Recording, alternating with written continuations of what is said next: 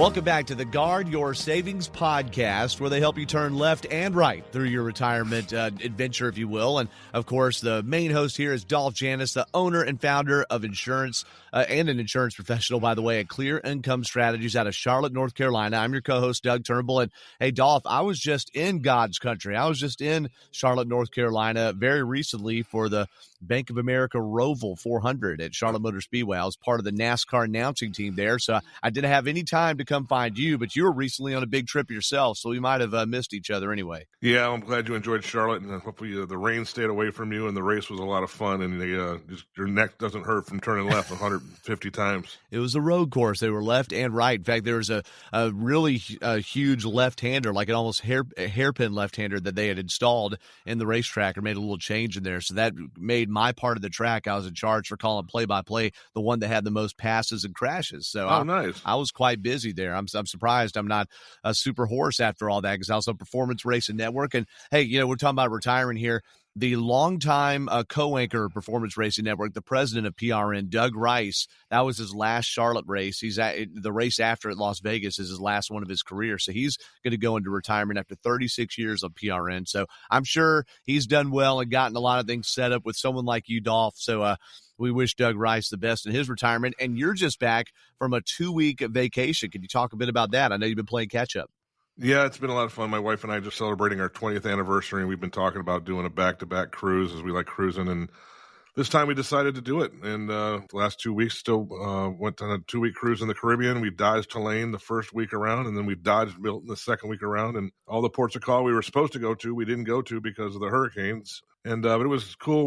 One time we were coming down through the Cuba area, and the captain said, folks, if you look on the port side about 50 miles out, you're going to see the outer bands of Milton. And you wow. can see and it was just the most incredible view I've ever seen, because it was beautiful blue skies, everything. And then you looked in the distance and it was just pure black and gray. I felt so bad for all the people that were affected by Milton, but that's one of those views of like watching the sunset in a different way. Is one is like, oh, one is like going, oh, and it was just terrible about what happened with these two hurricanes, because they affected so many people. And my heart goes out to all those people in Cedar City in Florida and the Bend, and all the people up in Asheville, my home area here, and what they're going through in all these different places. So if you're listening, God, I hope everything's coming out in the responders. Thank God for the first responders, because when we got to Orlando, it was the day of the eye was passing through the Gulf of Orlando, and we were having like 40 to 60 mile an hour gusts of wind throughout the whole night. But the whole hotel we were staying at with the Hilton was all full of responders, those guys with those yellow vests and the things. And the whole parking lot was just filled with those trucks. And those guys were the nicest guys talking to in the morning with coffee,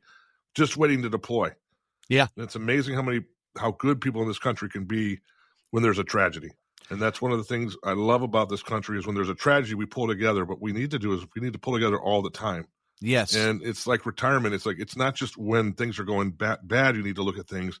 It's when things are going good too. It's like you need to reevaluate yourself. I mean, hurricanes are horrible.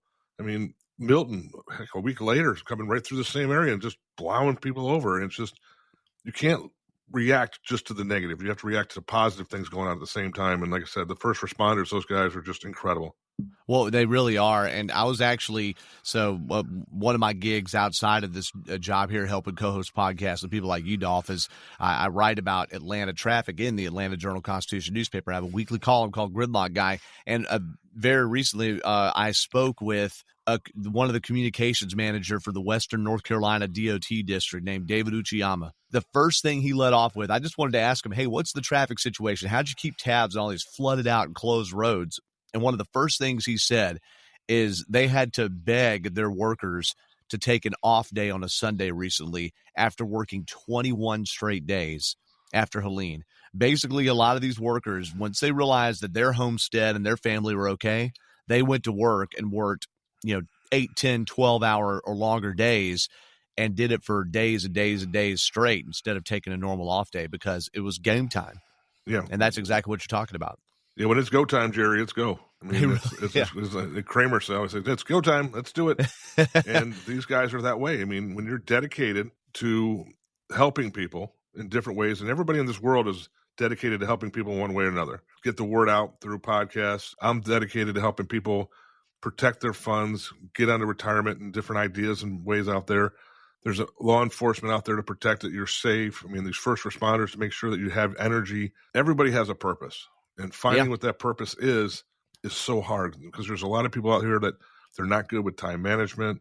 They have no sense of urgency. They always think things are just going to happen the way they happen. Well, everybody has an idea in this world, but you have to have a plan. Ideas are great. You can put all the ideas you want, like say, it's easy to take the reservation, but you got to hold the reservation. The ideas are like you can throw ideas all the way around, but if you don't have a plan to put those ideas together, it's not going to happen. No, that's absolutely right. It doesn't just happen on its own there. Look, that's why let's start coming up with a plan. Go to guardyoursavings.com, schedule that 20-minute Ask Anything session here with Dolph and his team. And by the way, don't miss Dolph's book as well, Cross the Bridge to Retirement, Keeping Your Financial Future Stress-Free. And let's get into that because there's a big set of terms right here we're going to talk about. The topic du jour today, which is qualified versus non-qualified money. Now, I didn't even know about those terms until recently beginning in this position. And when I hear qualified, I think, oh, man, that's great. My money's qualified. And when I hear non-qualified, I don't want any of that money.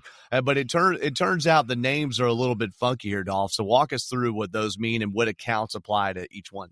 It's one of the simplest, easiest terms to use when you're talking about financial money, but it's one of the most misconstrued numbers where you can ask how many people, what's the difference between qualified and non-qualified? And it's amazing how many people, they come up with one of those answers of just about this one has special meaning to it. No. The simple reason is non-qualified is the money you've already paid taxes on. Qualified money is the money you've not paid taxes on. That's the simple, easiest way to put it. It's part of the 3-step program when you're going into retirement and you're planning for retirement or your future, is you want to have 3 buckets. The third bucket is called the tax-free bucket, which we're going to talk about in another episode. But the tax-deferred bucket and the qualified tax bucket are the ones that we're talking about today. The qualified versus non-qualified. Most qualified money is all tax-deferred. It's your IRA, your traditional IRA, your SEP IRA, if you're self-employed, your 401k, your pension plans, those deferred comp programs. Those are default deferred qualified plans. What that means is you don't have to pay taxes on that money until you withdraw it. All the interest you're making on that money, you don't have to take it until you withdraw it. Caveat of qualified money, though, Doug, is the 59.5 rule. If you take that money out and you've been saving, let's say you open up an IRA or you have a 401k, you opened it up, you're 56 years old, you've been doing it 30 years, you have all this money in there, you're like, I want to take out $40,000. I'm going to go buy myself a new car. And you take that money out, it's like, oh, okay, I got to pay my taxes on it, I understand. But then there's that 10% penalty by the government because you're taking that money out prior to 59.5 for something that's not life-threatening. That's one of the two adoption rules, the other one. But that's what the qualified plan is. It's meant to know what you're going to have down the road, save what you're going to have for it. But once you have that magic age of 73, soon to be 74, you have to start taking that money out of qualified plans. But so you can choose to take it out at 59.5, and then you're forced to take it out because Uncle Sam's going to collect their tab at age 73, right? 73, you're going to be 74 shortly once the Secure Act pass goes through. But the one caveat of the qualified plan is there's a thing called a Roth IRA. It's labeled as a qualified plan. It's one of the greatest vehicles for retirement ever made is the Roth IRA, if you qualify for it. And qualifying means the amount of money you make, but it's a qualified, it stays tax deferred. And the caveat of this one is when you start taking your money out, guess what? You don't have to pay any taxes on it. When you come over 59.5, you start taking this money out, it's tax-free, and it's helping you to label your retirement going forward. The qualified money, you get to put in so much money every single year. That's the one biggest difference between qualified and non-qualified, Doug, is I'm rambling right here through a circle. But I'm going to close that gap real quick. Let's hear it. This non-qualified money, when you're saving for retirement or down the road, there's no limitations on how much money you can put into it per year into a non-qualified plan. So if you had, let's just say $500,000 that you inherited or you won from the lottery or whatever it is, and you wanted to put $100,000 into an annuity, into a brokerage, to a CD, whatever, no problem whatsoever. Now, if you wanted to do that with a qualified plan, you can't do that. Qualified plans, like they have $8,000 limits, $7,000 limits, 25% of your salary limits. I mean, they only can put so much into a qualified plan.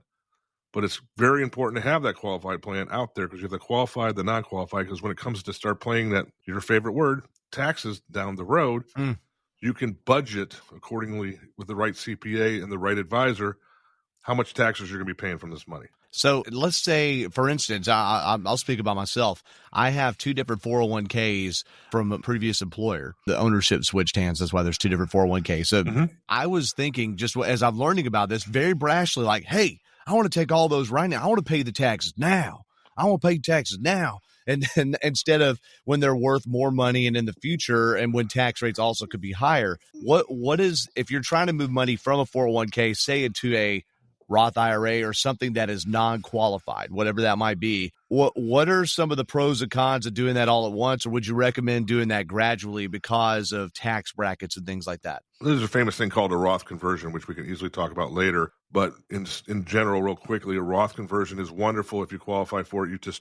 You're taking your old 401k now, you're taking that IRA now, and you're just going to pay the taxes on what you're going to. Let's say if you have $200,000. Let's do a 4-year conversion, $50,000 for the next 4 years. You're going to transfer that $50,000 into a Roth to make it tax-free. You pay the taxes on it now because taxes aren't going to get any lower going forward in our lifetime. They're only going to get higher, especially depends on what happens in the election this year. But you can convert it into a Roth IRA and not have to pay the taxes going forward. A lot of people also, they'll take the qualified money and they'll transfer, like an old 401k like yours, and I don't want to risk it anymore. They're going to transfer 401k into an IRA. And then the IRA going forward, you have different rules. You get more control of your money. And I'm a big fan of keep control of what you have. Yeah. Non-qualified money, you always have control of that. Like you open your wallet right now, there might be $1 in there, might be $100 in there. I don't know, but that's your money. You've already paid taxes on it. You can tip it to somebody. You can buy something with it. No issues whatsoever. But taking the money of what you're going to save is so important, considering that you don't want to oversave, because that means if you're oversaving, you're not enjoying life. You're not taking your time off. You're not taking some weekends off. You're not playing golf, this, that, and the other. Undersaving means you're not going to be able to enjoy that stuff later. But you got to oversave. You got to find that correct amount. And they said qualified money is so important to have because those are the ones you're using for retirement. It's a tagline, retirement savings. Non-qualified money, a lot of people under the age of 59 and a half, they put money in the CDs because the CDs don't have any penalties. You just have to pay the taxes every single year throughout the CDs. It's part of retirement, knowing what the terms mean out there, as simple as it is. Sure. And then if last question about this, so we need to wrap up.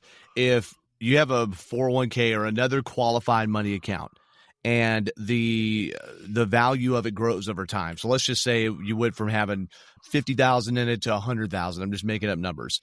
Are you paying taxes on what it grew into, or are you paying taxes on what you originally put in? The whole kit and caboodle.